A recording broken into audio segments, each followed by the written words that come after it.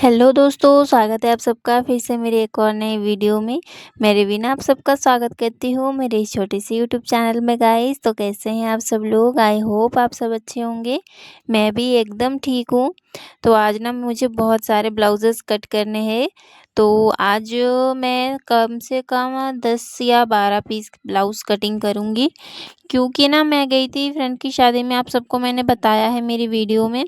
तो ना एक दिन अगर सिलाई ना करो, बहुत ज़्यादा ब्लाउज़ स्टॉक में हो जाते हैं। डेली डेली करते रहो तो जाते रहते हैं ब्लाउजेस, और एक दिन भी अगर हम ना सिलाई करें ना तो सिलाई बहुत ज़्यादा बढ़ जाती है और हमें ही ज़्यादा टेंशन होने लगती है कि हम अब कैसे इन्हें कंप्लीट करेंगे, क्या करेंगे, और हमारा स्पीड हमें बढ़ाना पड़ता है काम का। तो आज ब्लाउज़ में सिर्फ कटिंग करूँगी और कल स्टिचिंग करूँगी सारे ब्लाउज़ को। और आज सिर्फ कटिंग करके रख दूँगी, क्योंकि मुझे बहुत ही थकान लग रही है। कल ही आए हैं ना, तो आज मुझे रेस्ट करने का मन कर रहा है, क्योंकि सोए नहीं रात भर। इतना एंजॉय किए, पार्टी वगैरह था 2 दिन तक। तो एंजॉयमेंट के चक्कर में आज इतना सारा ब्लाउज़ मेरा रह गया। इनको अभी साथ में कटिंग करूँगी, क्योंकि एक ही नाप का ब्लाउज़ है, तो इनको साथ में ही कटिंग करना पड़ेगा मुझे। क्या आपके साथ भी ऐसा होता है? प्लीज़ कमेंट करिएगा कि आप एक दिन अगर सिलाई ना करो तो आपको बहुत ज़्यादा हो जाता है सिलाई करने का। और मेन प्रॉब्लम है ना, मैं इसीलिए कहीं भी नहीं जा पाती हूँ कि मेरे सिलाई करने का ही बहुत ज़्यादा रहता है, या फिर कहीं जाती भी हूँ ना तो बहुत जल्दी मुझे आना पड़ता है। मैं कहीं रह नहीं पाती हूँ, कभी भी नहीं। तो जल्दी-जल्दी आना पड़ता है और हड़बड़ी में जाना भी पड़ता है। ऐसा ही होता है, क्योंकि ये सिलाई का काम है हमारा। ये हमेशा आते ही रहते हैं। कस्टमर डेली आते हैं, डेली आते हैं कुछ ना कुछ सिलवाने के लिए, या फिर ब्लाउज़ लेके ही, या फिर लेने आते हैं, या फिर ब्लाउज़ देने आते हैं। यही प्रॉब्लम हमेशा होती है मेरे साथ, तो इसीलिए मैं ज़्यादा कहीं घूम फिर नहीं पाती हूँ, सिलाई की वजह से ही। चलो कोई बात नहीं, अपना काम है, काम तो काम होता है, सबको काम करना ही पड़ता है। अब क्या करें? चलिए, आप लोग भी शायद वैसे ही करते होंगे, मुझे लगता है। और मेरी मशीन में तो मोटर भी नहीं लगा है ना, तो बहुत ही धीरे-धीरे होती है सिलाई। मतलब धीरे, मतलब उतना भी धीरे नहीं, मैं तो स्पीड करने की बहुत कोशिश करती हूँ।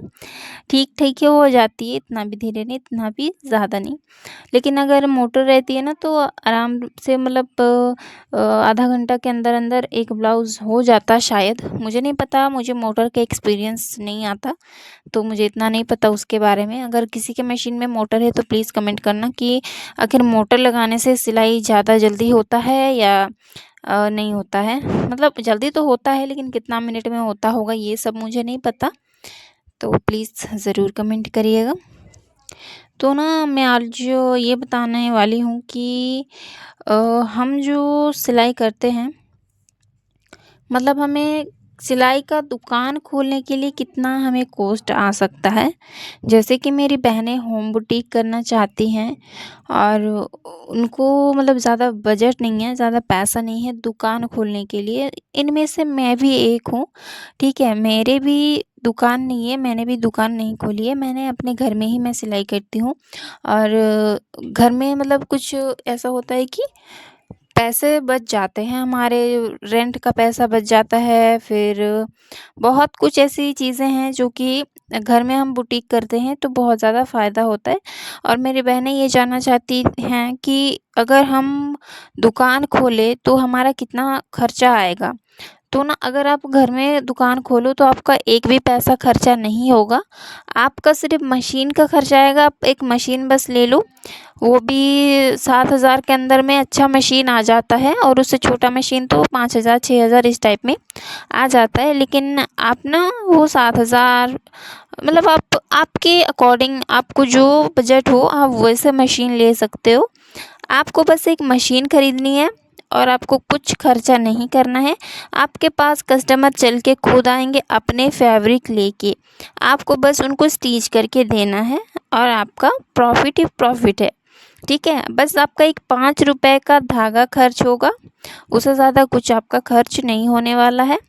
आपको बस मशीन लेनी है अच्छी-सी, और आपका ₹5 का बस धागा खर्च होगा। अगर अस्तर वाला ब्लाउज़ है तो अस्तर लगेगा, उसमें अस्तर भी 35-40, और 1 मीटर लोगे तो 50। वैसे में आराम से आ जाता है 35।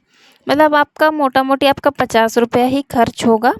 पाइपिंग भी अगर आप अटैच करते हो तो, और आप आराम से उस 50 रुपए से आप 200, 250, 300 आराम से कमा सकते हैं।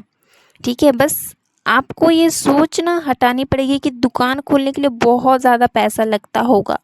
मैंने तो कोई दुकान नहीं खोली और मेरा कोई पैसा भी खर्च नहीं हुआ, बस मुझे मशीन खरीदनी पड़ी और मुझे सिलाई आती गई, मैं सिलते गई और पैसे बनते गए।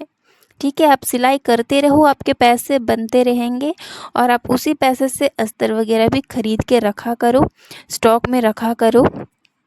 सारे कलर के आप अस्तर रखा करो, जिससे कि आपके ना पैसे बचेंगे। घर में ही आप सारे अस्तर रखा करो सारे कलर के। जब आपके पास सिलाई के लिए कपड़े आएंगे ना, तो उसी से आप मैचिंग करके लगा देना और उसी पैसों को आप जोड़ देना उस ब्लाउज़ के साथ में कि इतना हुआ है।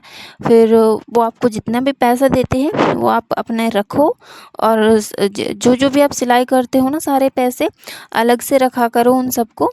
मतलब आप जब सिलाई न्यू करते हैं उनके लिए मैं बोल रही हूँ, और जो पुराने हो गए हैं उनको तो सारी चीज़ें पता है कैसे क्या मेंटेनेंस किया जाता है।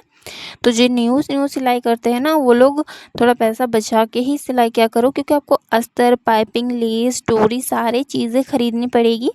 स्टार्टिंग में आप वो सब रखा करो थोड़ा थोड़ा।